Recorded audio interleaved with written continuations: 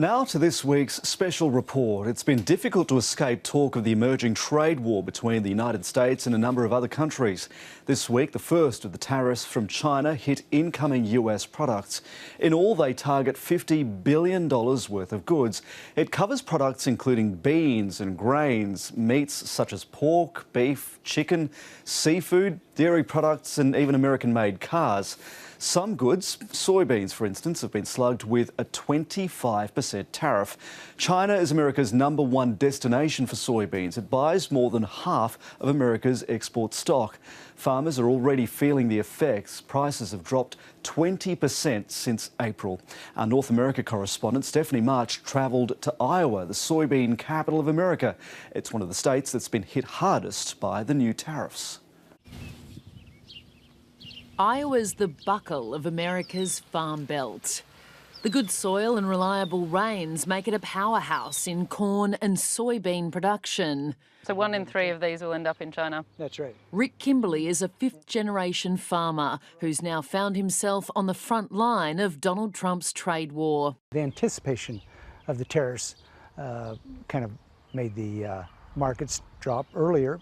And now we're kind of into a tariff issue right now, and so it's dropped even further. Even before the tariffs kicked in, soybean prices were falling. This week, they hit a 10-year low. Rick Kimberley has pre-sold half of this year's crop at a decent price, but he's nervous about the rest of it. In short, it's going to impact my income, and it's going to impact every farmer's income.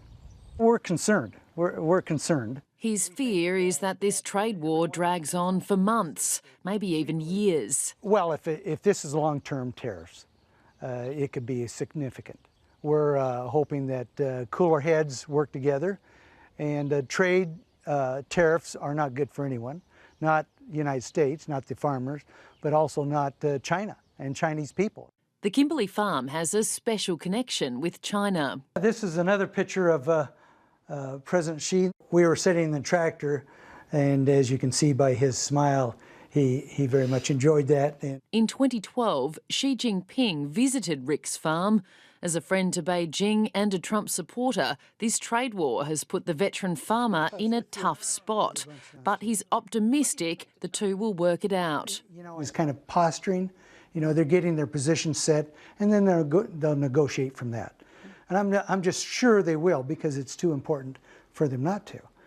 Harvest season's only a few months away. Farmers out here need the trade dispute resolved before then, or things could get much worse.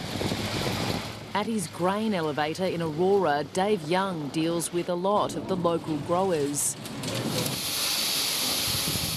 I think it could affect some of my smaller, maybe some of my smaller growers. They might be forced to sell out, I'm sure, and it's kind of a really competitive market out here, It's no coincidence these tariffs are hitting hardest here in the Midwest. This is Donald Trump's heartland. These are the people who voted him into office. America's angry trading partners are hoping these retaliatory moves will hit him where it hurts the most, right at the ballot box. Out here, it's not just the soy farmers who are suffering.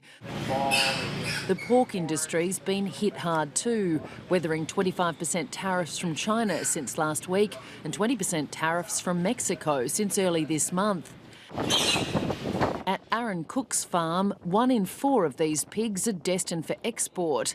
He's seen the price per head drop 7% in the last week alone. And the tariffs have definitely scared the markets and the traders. They're very aware of what's going on, and hopefully they're overreacting, but that's definitely pretty scary for this fall. He too voted for Donald Trump, and right now he supports what the president's doing to try to resolve the trade imbalance. Do you think there's any way it would affect your support for Donald Trump at any point in the future? Well, it sure could. I mean, if this would linger on, and I don't know what that time frame is, but it definitely could. The question now is whether China or Donald Trump will blink first. Stephanie March, ABC News, Winthrop, Iowa.